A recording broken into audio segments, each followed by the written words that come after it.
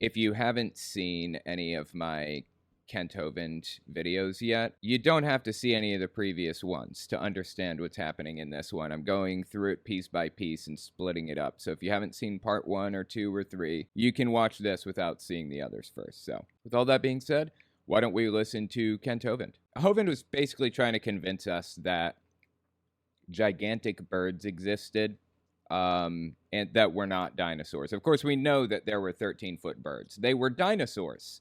Birds are direct descendants of dinosaurs.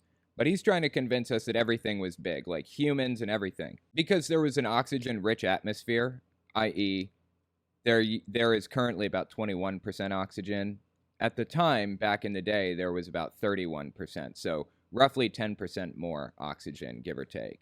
And he's claiming that that jump in oxygen percentage is responsible for gigantic birds, gigantic everything, gigantic humans, gigantic bugs, and all that stuff. Now, higher oxygen levels do contribute to size increase slightly, but not enough to account for the size of dinosaurs, first of all. And second, he claims that the oxygen-rich atmosphere was as rich as it was, and there was such higher air pressure at the time because there was a canopy of ice surrounding the Earth. Canopy theory is what he calls it. It's a crackpot, young Earth creationist idea of how Noah's flood happened, where all the water came from, basically. It's nonsense.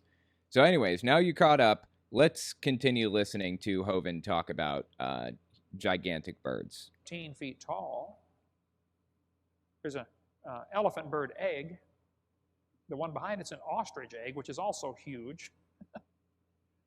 They find fossils of prehistoric goose that stood as tall as an elephant and weighed half a ton. Somebody says that sounds like Flat Earth Dome. It does. It does sound like the Flat Earth Dome. If you're unfamiliar, Flat Earthers have this claim that there's a gigantic dome that covers the Earth or whatever. Complete nonsense from the ground up, first of all. And second, ground up, pun unintended. And second, oh my God, I suck at this level. And second, this conspiracy theory really is equally as strange as the Flat Earth conspiracy theory. The young Earth creationist conspiracy is just as odd, in my opinion. How'd you like to have that for Thanksgiving dinner? Tell Tiny Tim about that goose. Yeah. Fossil beavers have been found 8 feet long. Here's a guy holding a beaver jaw from about a 7 or 8 foot beaver. Yeah, I'm not denying that there were humongous plants and animals and stuff, before. That's undeniable. That's obvious. But he's coming up with this bizarre, unhinged explanation that there was higher air pressure and higher oxygen as a direct result of an ice canopy that surrounded the Earth. Complete nonsense, dude. Really, complete nonsense. There's a 6 foot beaver found in Ohio. See, if you have bigger trees before the flood, you would need bigger beavers to chew them down. That's what she said. God kept everything balanced in those days. Salamanders today get from 5 to 8 inches long, typically. Did you know fossil salamanders have been found that are 6 feet long? I don't know about that. Like I said, it's possible. I'm not discounting it as a distinct possibility. I'm just saying I don't trust a word out of Kent Hovind's mouth by default. Don't trust a word he says. You need to look it up first. Increasing air pressure means more gas gets into the water, and fish have to breathe in the water through their gills. So if you had more gas dissolved in the water from greater air pressure, now the fish can get bigger. And you can get a lot more fish per cubic mile. Today, if a shark has a tooth about 1 inch long, it indicates the shark was probably about 15 feet long. Did you know fossil sharks' teeth are found indicating sharks used to get 80 feet long on this planet? That's true. There were some really, really gigantic sharks back in the day. Can you imagine an 80-foot shark? Again, it's a small thing, just like a basic claim. I know for a fact that sharks were humongous at one point, but do not trust his estimation of how big they were. Do not trust his estimation. Look it up. The movie Jaws had a 25-foot shark. You'd have to use Jaws for bait to catch one of these megalodons. Dr. Baugh is raising piranha in an aquarium with a stronger magnetic field around it. Just increasing the magnetic field is doing something, because his piranha are 4 times larger than normal. Again, don't trust it. In fact, who is Dr. Baugh, first of all? Who is this person? Why should we trust that they're not lying to us about something? I'm just very suspect of everything about this. Let me look this up. Does magnetic field affect growth? I mean, he has to account for how big animals used to be. He has to, because without a shadow of a doubt, animals used to be bigger than they are now. We know that. And to have a viable hypothesis for what happened, he has to explain that in some way. So his explanation is magnetic fields, oxygen levels. There was more pressure on Earth because there was a gigantic ice canopy. I mean, all of these things are completely ridiculous, complete nonsense. But it's his best shot. It's his best shot at explaining it. No consistently demonstrable effects of exposure to fields of approximately 1 T and above have been seen on other behavioral or cardiovascular endpoints. In addition, no adverse effects of such fields on reproduction and development or on growth and development of tumors have been firmly established. So basically, magnetic fields do not affect the size or reproduction of animals, period. It is a conspiracy theory that Kent is giving us right now, and expects us to just believe it. Expects us to just buy it.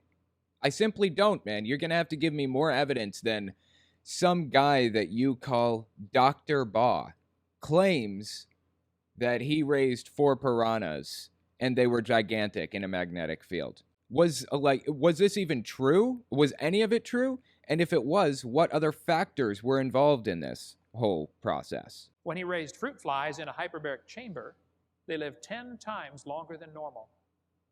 Who is Dr. Baugh? Who is this guy? You're not even giving us a source other than your buddy.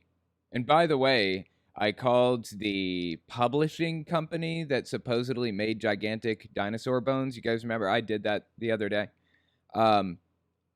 They never did email me. They never got back with me. So I don't know what a publishing company has to do with anything. I mean, we debunked the value of Kent's source anyways, but they never got a hold of me. Just by increasing air pressure. If you combine the air pressure and the filtered sunlight and the stronger magnetic field, you'd probably get Garden of Eden conditions. Yeah, he's assuming what the Garden of Eden conditions are anyways, because he has to assume that the people and the plants and the animals were humongous at the time, because we see humongous animals in the ground today. So Kent, for his ideas to work, has to have gigantic people, or has to assume there are gigantic people and animals in the Garden of Eden. He's just digging himself a hole that doesn't make any sense. Garden of Eden conditions. They probably lost at least those things, maybe at least those 3 things. Maybe more things have been lost since then. Turtles got pretty good size. That's a big turtle. I mean, turtles do get really big. That's not really that surprising. Some of them get gigantic, and they live for a really, really long time.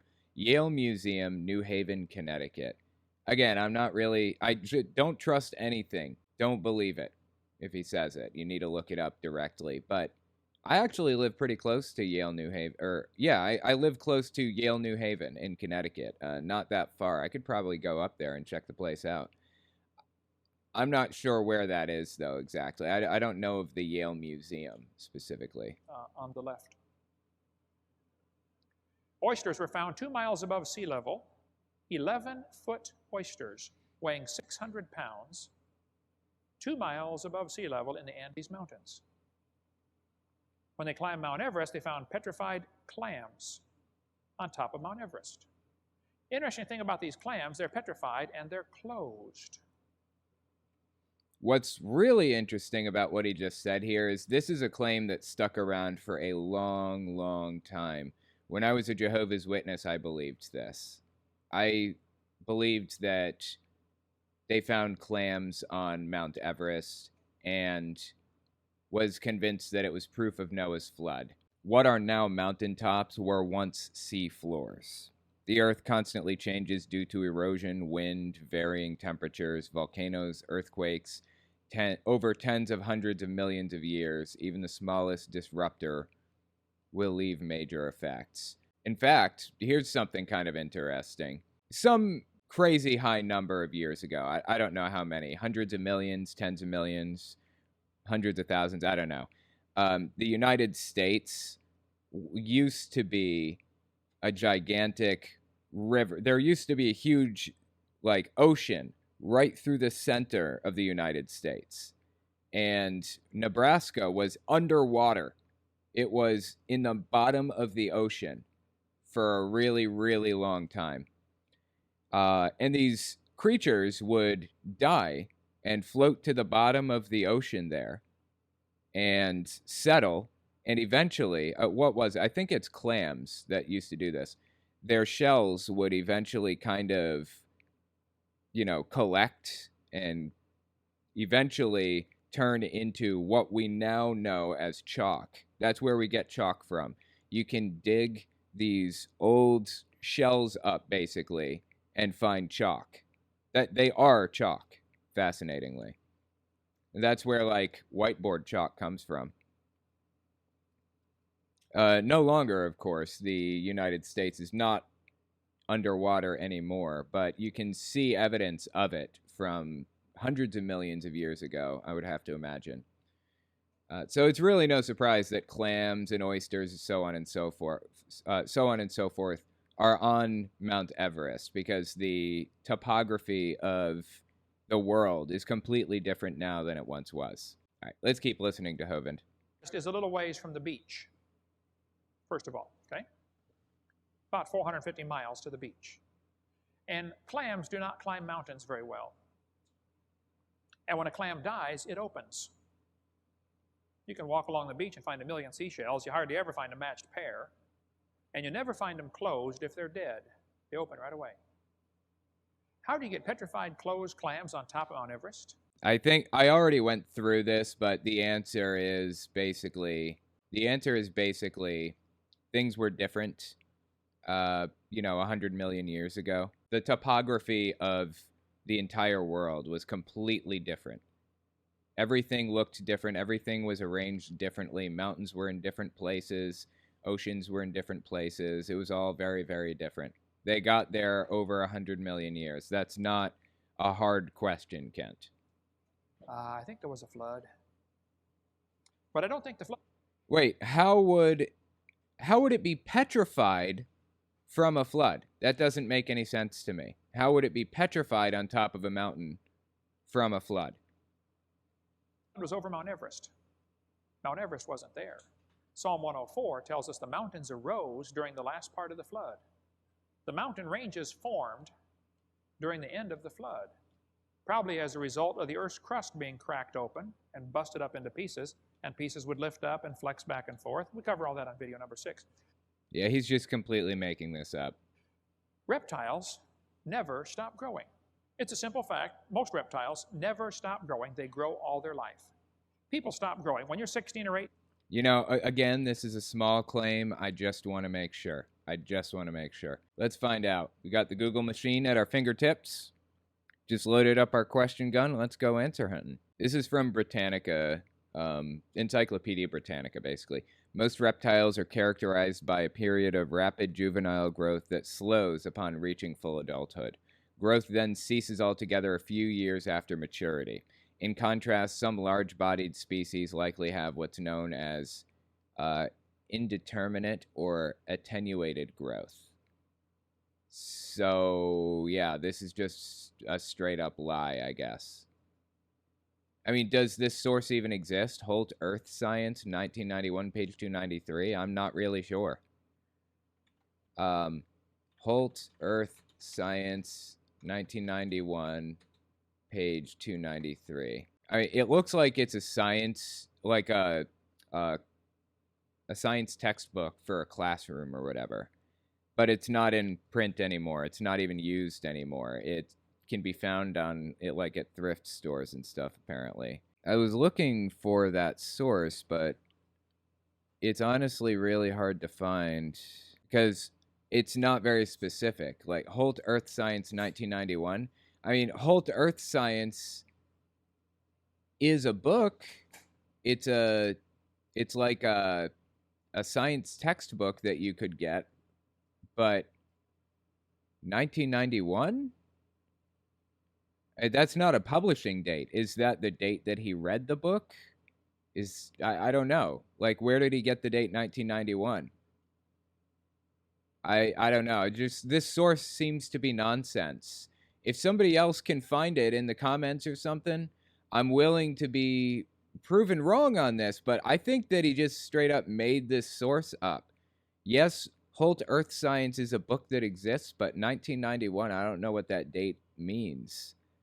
I can't find the source here. And either way, even if I could, it's nonsense. The claim is nonsense. Reptiles do stop growing. Just like humans, there's a rapid period of growth in their juvenile state, and then growth slows and eventually stops. That's what it looks like. I mean, that's what I found when I looked. 95% of the decisions you make have already been made up by your subconscious mind. That's true. That's very true. There was a study a while back. I love psychology, dude. It's one of my favorite subjects. Anyway, there's a study a while back where they hooked up patients to, I think, an fMRI machine, maybe? I'm not sure. Some kind of machine that was reading brain signals.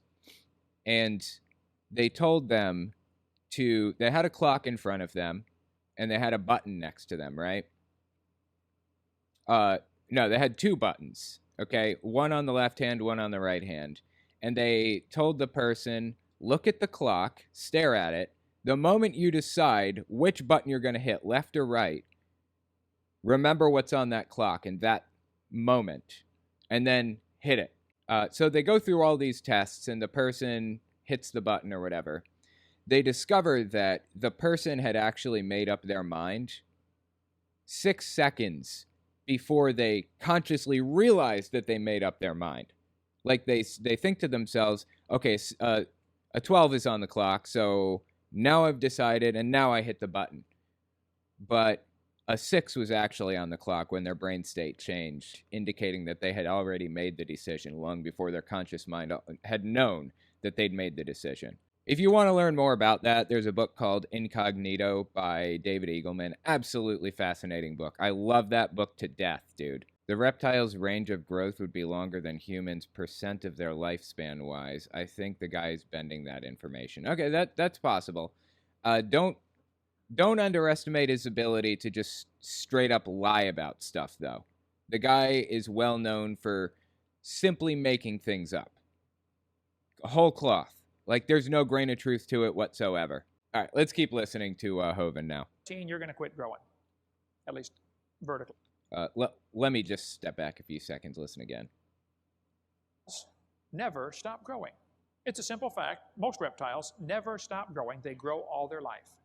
People stop growing. When you're 16 or 18, you're going to quit growing, at least vertically. Some go horizontally thereafter, but reptiles never stop growing. What would happen to a reptile if you put him in the Garden of Eden and let him live to be 900 years old? Well, it would grow to about as big as reptiles normally grow because they do actually stop growing. So, just making that up, I guess. You'd have a big lizard. A really big lizard. Dinosaurs were big lizards that lived with Adam and Eve before the flood came. Okay, so he seems to be making up new lore here. Correct me if I'm wrong, it sounds like he's saying reptiles and animals in general, nothing died. Nothing died pre-flood, right? Or pre-Garden of Eden, I'm sorry. In the Garden of Eden, nothing died. Is that right? That is a fascinating claim right there. I mean, that is kind of something the Bible says, so it doesn't really surprise me to hear him reiterate. But here's a little secret for you, Kent. Living things must die for us to live. We need to consume living cells to continue on living. We do, humans. So I'm not sure what you think you're getting at here. This is absolutely ridiculous. The claim is ridiculous. You can get these Jackson chameleons right now at the pet store. What's he going to look like at about 15 tons? Chameleons do, in fact, stop growing. They do. They stop growing. Apparently, every single reptile stops growing. Is a chameleon even a reptile? It may be. I want to make sure. I want to check. Are chameleons reptiles? It looks like, it appears that they are at first glance. Yes, they are. They are reptiles. Okay. Fair enough. They are reptiles. So that wasn't a lie. But I have to say, they do stop growing, Kent. Probably some kind of triceratops. Are you kidding me? This is so beyond ridiculous. Everything about this. Some kind of triceratops? Kent, this is so absurd. I can't even. Dinosaur means terrible lizard, and dinosaurs lived with humans all through history. They just had a different name for them. We'll cover more on dinosaurs on video number 3.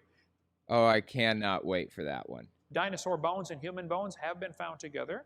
Dinosaur bones were found in the same rock strata. Dr. Cabrera holding human vertebrae, 5th lumbar, found in Cretaceous sediment in Ocucaja Desert, Ica, Peru. Man and dinosaurs lived together. Wow. Okay, who is Dr. Cabrera, first of all? Let's just fact check this one. Let's find out. Okay, it looks like... Oh, no, this isn't even the right Cabrera. I don't know who Dr. Cabrera is. The message of engraved stones? I'm looking up the source here. North Shore Monument? All right, I'll tell you what. Hang on, let me switch over so that you guys can see what I'm looking at, too. What was it? It was the message of engraved stones. Okay. Is this like one of those omniology websites kind of deals? Discussing the theories of the origins and meaning of the stones in this, like, I don't know. Who is this person? What is this book that he wrote? Is it reputable? I'm having a lot of trouble finding anything on this. I mean, I see that it's a book. I see that he wrote that book. I don't know who he is. I see that the Ica stones were real. Cabrera published a book, Message of the Engraved Stones of Ica, on the subject, discussing his theories of the origins and meaning of the stones. In this, he argued that the stones were evidence that man is at least 405 million years old, and for what he calls glyptolithic man, humans from another planet. He said that through the transplantation of cognitive codes to highly intelligent primates, the men from outer space created new men on Earth. The Ica stones achieved greater popular interest when Cabrera abandoned his medical career and opened a museum to feature several thousand of the stones in 1996. Okay. Well, Cabrera is saying that humans are at least 400 million years old, which they're not. Humans, I mean, am I reading this right? Yeah, no. Humans are not 405 million years old. They are not. Not even close. Modern day humans, what we are, if we went back in time, the furthest back that we could go and still recognize ourselves, basically, is about 100,000 years. Now, we've been evolving for hundreds of millions of years, certainly, as everything has been. But we are not 400 million years old. There is absolutely no reason to think that. It's completely ridiculous. So, yeah, I'm really not sure what this guy is getting at. And I don't know why Kent Hovind thought it was a good idea to quote him, because he certainly doesn't seem to back up any of Kent Hovind's crackpot conspiracy theories about this. These fossilized human hands, dinosaur bones and mammal bones found together. Yeah, none of this is true. If we found a rabbit in the Precambrian era, that would disprove evolution. If we found human bones with animal bones, that would actually disprove evolution, or it would falsify it. That's one of the falsifiable things about evolution. We've never found that. That's not the case. It's completely fabricated by Kent Hovind here. Here's one of the Ica stones showing a human riding a dinosaur. Dr. Baugh has a couple of the stones in it. Yeah, I have no idea what we're looking at here. I don't think that's a human riding a dinosaur. That is up to interpretation at best. It looks like some kind of a weird creature riding another weird creature, which, you know, horses have been around for a while. There's that. Could have been a horse. Museum. We have 8 in our museum now of these Ica stones. I think we have the largest collection in America of these Ica stones from Peru. Many of them show dinosaurs on there. Cover more on that on seminar part 3 about dinosaurs in the Bible. Dinosaur footprints and human footprints have been found together in Glen Rose, Texas. I know there's controversy about it. Okay, I know there's controversy about it. Don't you love it? He's about to address the controversy right out the gate because he knows that it's completely ridiculous to even make the claim. In Glen Rose, Texas, I know there's controversy about this. I've been there 5 times. I've heard all the critics on it, and I've been there myself to check it out, okay? But go to Dallas, Texas, and go south 45 miles to Glen Rose, and you'll find the Paluxy River flows through this little town, and it's all full of limestone. The whole area is limestone, kind of like around here in Knoxville. Well, that river cuts through this limestone layers. In 1908, there was a flood. The river dropped 17 feet per mile, but this flood was incredible. It was, I think, 30 feet above flood stage or something. It was just an incredible flood in 1908. It ripped off the bottom of the river, tore off the layer of limestone. 2 foot of limestone was ripped up. Underneath was a new layer of limestone, and when the river dried up that next summer, they discovered there are hundreds of dinosaur footprints. Dinosaur footprints. It's called Dinosaur Valley State Park. There's a book on the table right there if you want to read more about it. They chiseled out lots of the footprints and took them to museums to save them so they wouldn't get eroded by the river. Took out huge blocks in the 1930s and set them up under dinosaur skeletons. Footprints are big. Here's a little kid taking a bath in one. But sometimes in this area they find human footprints with Tommy Pendley photo from cover of Dinosaur Valley State Park. Sorry, I thought that was a coin block, and I was just standing there hitting this flower this whole time while I watched Kent Hovind talking about this. Tommy Pendley photo. What is Dinosaur Valley State Park? Who is Tommy Pendley? Like, I'm skeptical about literally every single thing that Kent Hovind says. Is this even supposed to be a dinosaur footprint? It's possible that this is just a picture of a kid in a hole, and it was never intended to be a dinosaur footprint. I don't know. Just don't trust a word the dude says, honestly. Dinosaur footprints. Human tracks and dinosaur tracks together. We could spend all day talking about this. There's been... Well, like he said, that's controversial, quote unquote. Controversial is probably an understatement. I don't know. I'm not familiar with this story. I really don't know much about it.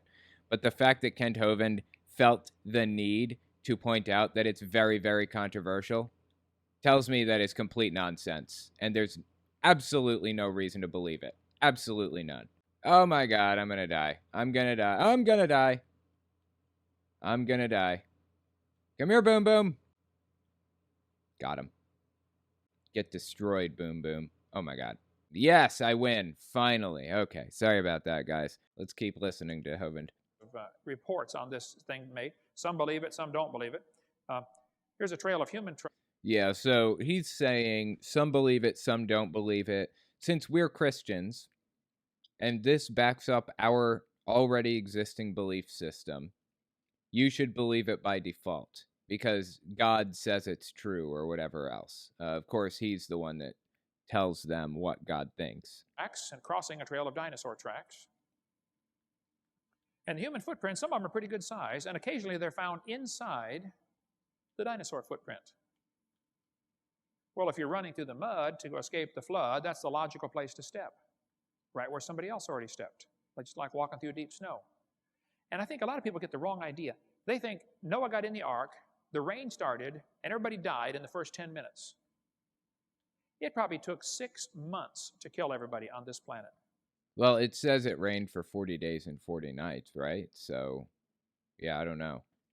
They'd be running, looking for high ground. The water kept coming up. See, the rain was 40 days, but the Bible says, the water kept coming up for 150 days. I don't remember the Bible saying anything about that. What's he even talking about? Am I wrong here? Does anybody know what he's talking about? Noah's flood, 150 days. Oh, I see. So there are two accounts, two different clashing stories that were woven together. I see. So it's kind of like the part of Genesis. So there are different parts of the story in different parts of the Bible, right? There are two different stories of Noah's flood. I've actually known this. One of them says that Noah collected 2 of each animal, and the other one says he collected 7 of the clean, 2 of the unclean, right? Apparently, one of them says it rained for 40 days and 40 nights, and the other says it was 150 days.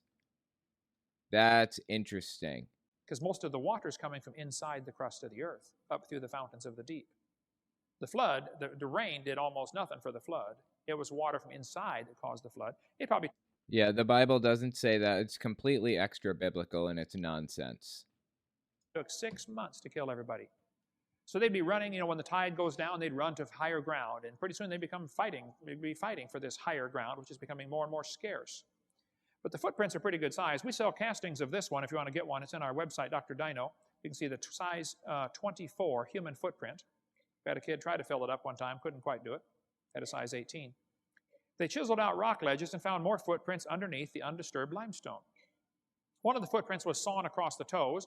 They looked at it end grain, and you can see where it squeezed down and distorted the lamination lines. I know there's arguments about it. I've read, I think, everything on the topic. Sure read a lot, but I'm very convinced they're legitimate. I'm very convinced they're legitimate. And his audience is going to listen to this and believe him because they want to. Simple as that. They want to believe anything the guy says. They want to trust him.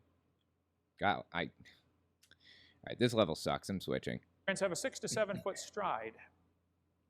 This would take a big man to be stepping 6 or 7 feet. You're making an awful lot of assumptions here. And From the Valley of the Giants by Dr. Cecil Doherty. Never heard of this person either. Never heard of the book or whatever you claim this to be. What is this? Let's look it up. From the Valley of the Giants by Dr. Cecil T. What is this? Is this like, oh, it looks like it was written by Liberty University or written by a doctor, quote unquote, or a professor or something from Liberty University in Jerry Falwell Library. Of course, Jerry Falwell created Liberty University. Fossilized footprints. Yeah, footprints in stone. I'm not really seeing any, scholarly references to it. I'm having trouble finding any references at all. It appears that, there seem to be citations on creationist websites, and that's it. And they're in German. The Mysteries of Creation? I'm sorry, man. I'm just not buying what you're telling me here. I'm very, very suspect. A friend of mine was down there when they were digging out the footprints. He wrote me this letter. He's now an assistant pastor at a Southern Baptist church in Arizona. I don't care about your anecdotal stories. I don't care who you know or who you've written letters to or whatever else. I need hard evidence. Hey, look at this. Carl Baugh. Didn't he mention a Dr. Baugh, quote unquote, earlier too? This is a friend of yours, huh? He said, Dr. Hovind, I grew up in Glen Rose. I was on an excavation with Dr. Carl Baugh. We followed the footprints of a man beside a dinosaur's footprints. It was as if the man were walking with the dinosaur. Nova was there to film the dig. There was also an evolutionist who was arguing with Dr. Baugh the entire time. Nova didn't film much of the tracks or our dig, but they did interview the evolutionist. He told them he had not seen anything there to disprove evolution. What he didn't tell the camera was he had refused to turn around and look at the tracks we were working on. When they found one, they would tap him on the shoulder and say, sir, you want to look at this? He'd say, no, I don't want to see it. Okay, so you're telling me that your friend told you that this was your friend's experience when he was working with somebody. Fascinating. I'm going to need a little bit more than that, Kent. I'm going to need harder evidence. I'm going to need some kind of study of some sort proving that this is factual or proving that this is actually based in reality. So far, it seems to me that you are coming up with excuses and conspiracies about these people trying to prove you wrong, refusing to see the evidence in front of their faces and trying to cover it up. It's a big conspiracy. Everyone's covering all this stuff up. I need more than that, man. I'm sorry. I'm going to need hard evidence because you have blown every bit of credibility and goodwill that I had for you. I just cannot... I feel like I can't trust a word out of Kent Hovind's mouth at this point. He stood with his back to the dig and the tracks while making these statements. Nova knew the man had not looked at the tracks, but they didn't report that. See, Nova apparently is committed to a theory called evolution, and anything that goes against the theory is just simply not going to be aired on TV. Period. The theory... Look, if you have actual proof, not pretend proof, not anecdotal evidence, that evolution is not true, give it to me. Really, I really do want to believe it. I want to believe what's true and nothing else. I want to believe what's true. Unfortunately, our entire time watching Kent Hovind talk about this stuff, he's done nothing but lie, make things up, cite sources that aren't even sources, just completely made up sources. Literally, like books that don't exist. If he didn't have a solid source for something, then he would write it on his own website and claim that it was a source. GeoCities websites, just make things up whole cloth, man. Whatever. Omniology.com. Do you guys remember that from a previous part? Just make things up. That's what Kent Hovind does. To be protected from criticism. One guy said, well, if they find human footprints with dinosaur footprints, all that proves is that there was a dinosaur with feet like a human. Actually, all it proves is that there were dinosaur footprints, and then a human walked past those dinosaur footprints. Doesn't say anything about how long ago they walked past each other or anything like that. Dinosaurs and humans did not live together. That's just what it is. I know that Kent needs... Oh my god, I died. I know Kent needs for humans and dinosaurs to have lived together. It's just ridiculous from the ground up. No evidence for that. Well, now that's just a brilliant way to look at it, isn't it? Another example where the evolution theory is a hindrance to research. Well, creationists state that humans and dinosaurs were contemporaneous in time. Were this momentous statement true, and the names of its discoverers would thunder down the corridors of time as individuals who made one of the most outstanding discoveries of the 20th century? Well, unless there's a media blockout, that's true. Oh, he's claiming some grand conspiracy against his belief system or whatever. If there's a grand conspiracy, you're going to have to prove it, man. I'm sorry. Cyber Meadows just hopped in. What have I missed? Oh, so much. Kent Hovind just making things up whole cloth, of course, claiming that dinosaurs lived with humans.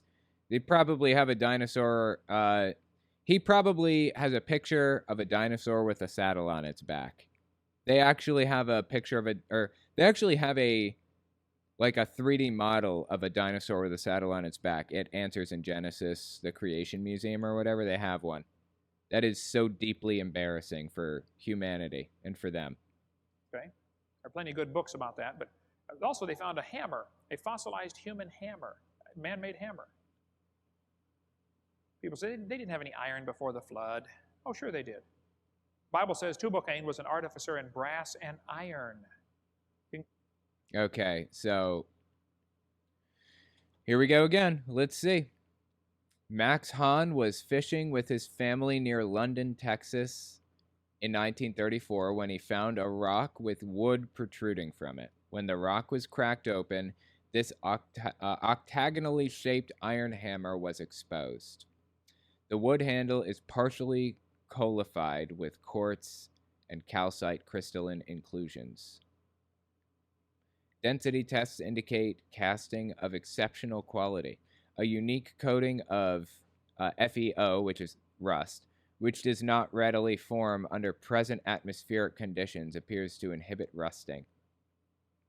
FeO is iron and oxygen, and oxygenated iron is rust. So I'm not even seeing a source here. There's no source, apparently.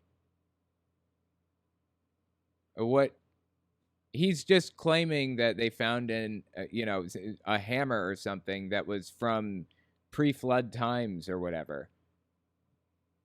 You're just making this up. I simply disagree, good sir. Give me evidence. There's no evidence that this is from a pre-flood era, that Noah had iron to use to make the flood, or any of that. It's just nonsense. Bible says Tubal-Cain was an artificer in brass and iron. You can get a replica of the hammer if you want to keep that on you. Source, Hovind looking at words once and assembling them into a sentence incorrectly. K-sheep, exactly. Oh my God, dude. Desk. Check our catalog, drdino.com, or our website, drdino.com. Wow, replicas of the hammer. How about that? Replicas are available. Isn't that nice? What about the real thing? Do you have the real thing, or were you just making this up completely? Cain was an artificer in brass and iron. You can get a replica of the hammer if you want to keep that on your desk. Check our catalog, drdino.com, or our website, drdino.com.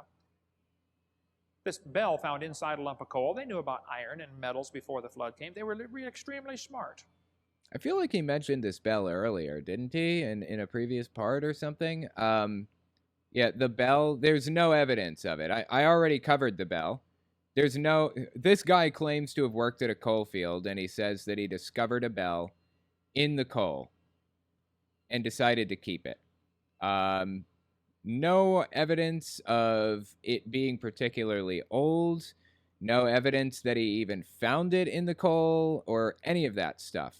None of this is trustworthy. None of this is verified. They're just making these claims whole cloth with no evidence to support it.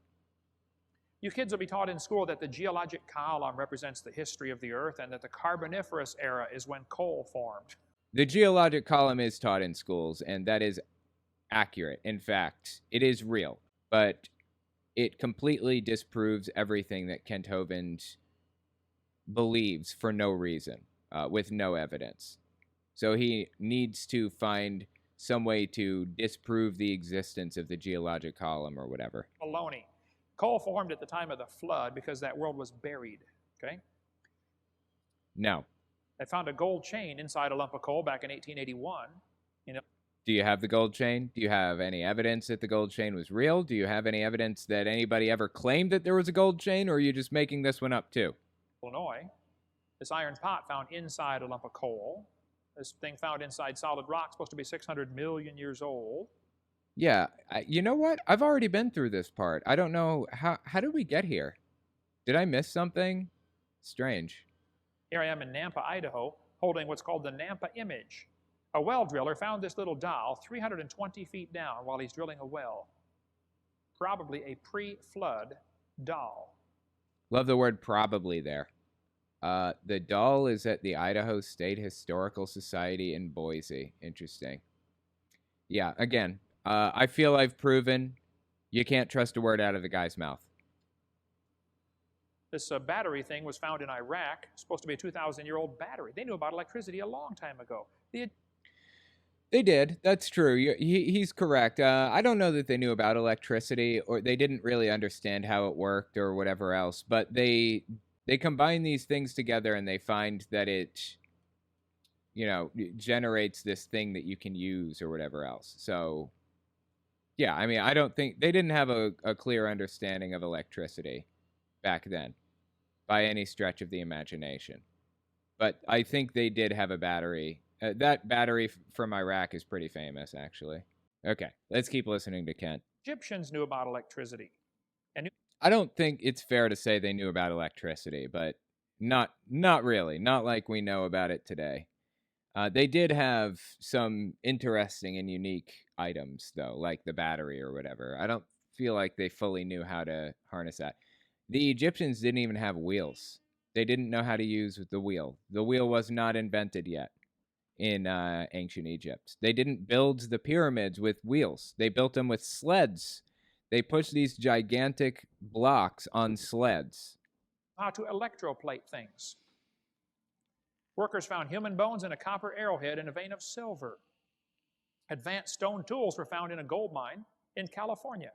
They're digging in the middle of this mountain, digging a shaft back into a gravel pit under layers of lava supposed to be 55 million years old, and they find human tools in there. You think it's possible that this this deep mine shaft that's 55 million years old. Do you think that there's any possibility that maybe the humans discovered this mine shaft that was 55 million years old and entered it and then died in there? Is that a possibility? Do you ever consider that? Did the mine shaft and the humans who entered it have to discover it the moment that it was created? I mean, you're not thinking things through rationally, Kent.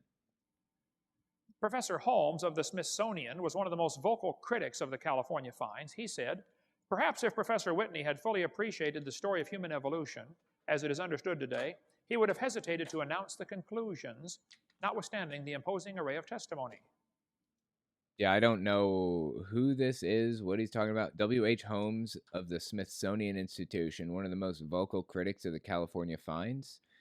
What California find are we talking about? Did I miss something? Perhaps if Professor Whitney had fully appreciated the story of human evolution as it is, as it's understood today.